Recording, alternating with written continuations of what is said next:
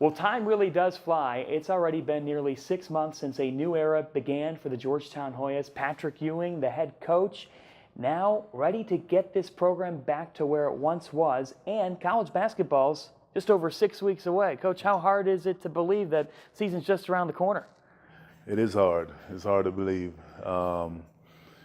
It's like you said, it's been almost 6 months ago I was hired, and here it is. The season is right around the corner. You talked about it when you were introduced, and then in some interviews over the summer. You said, I'm going to do things my way. What is the Patrick Ewing way? The way that I've been taught.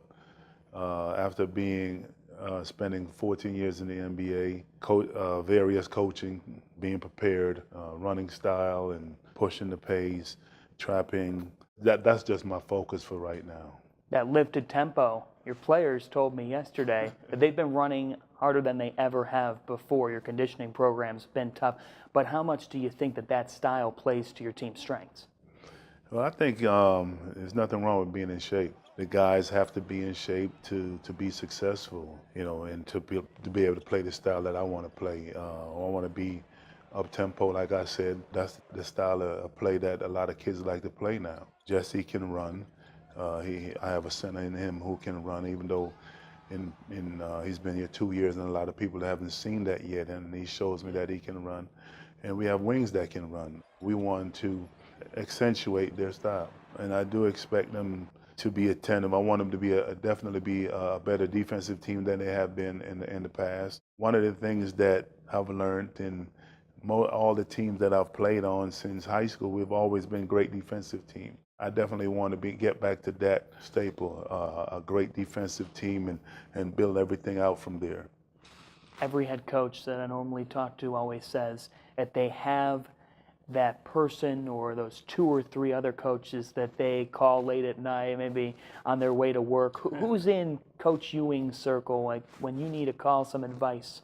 Well, I have a lot of people I can call for advice. I have, Coach Thompson, Jeff Van Gundy.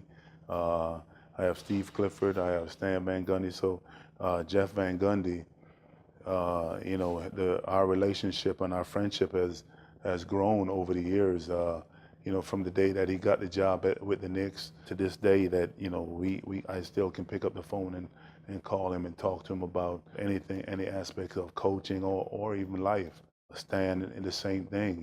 He and I worked together for 5 years in Orlando. We were texting the other day, and I said, I know the NBA season is getting ready to start, and I'm like, there might be a night or a day that I might have something I want to, ask you about, but you might be busy. He said, Patrick, if I'm too busy for my friends, then just slap me. So I have a great friendship and a great working relationship with all these guys. They will always respond. What do you say when people out there say the Georgetown brand is fading, it's going away?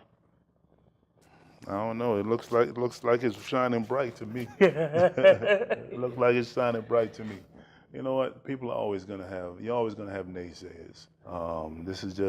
This is my first year in my tenure. So we'll see a couple years from now what they'll say. When you think about this upcoming season, the matchup on everybody's minds is when you return to Madison Square Garden and square off with Coach Mullen. How much have you thought about that? He and I joked about it a few times. And what were those jokes, if you could share? We'll keep it to ourselves. What do you think that's going to be like? Chris and I, we're very good friends. We were friends even back when he was at St. John's, but we've gotten closer over the years in the NBA, in the Olympics. So I'm not going to say that. I'm not going to curse him out or no doubt. No doubt. My team is not going to try to dominate his team, but we'll see what happens when that day comes. When did you get the coaching bug? I know that there's a lot of stories out there about how you became a coach, but was there a point when you started your coaching career that getting into it, you said, this is what I want to do in the future now?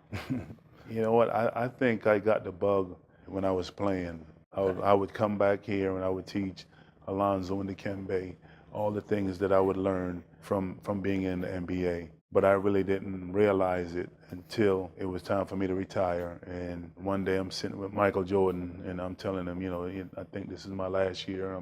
I'm going to retire. He was running the Wizards at the time, and he told me, you know what? Why don't you come work with me at the Wizards? Try coaching. And so I think it started back then, having the opportunity to do it full time, finding out that I love doing it. What do you want to see your team achieve early on in your tenure in non-conference play? In the last week, a lot of people have been talking about your non-conference schedule, and there's opinions out there, but how much does it matter to start right there in non-conference play and find a winning mentality? I don't care what everybody else thinks. All I care about is at the end of the season, do as well as we can in the Big East, and hopefully do well in the Big East tournament. That's it. Yeah. Let's go off the court completely.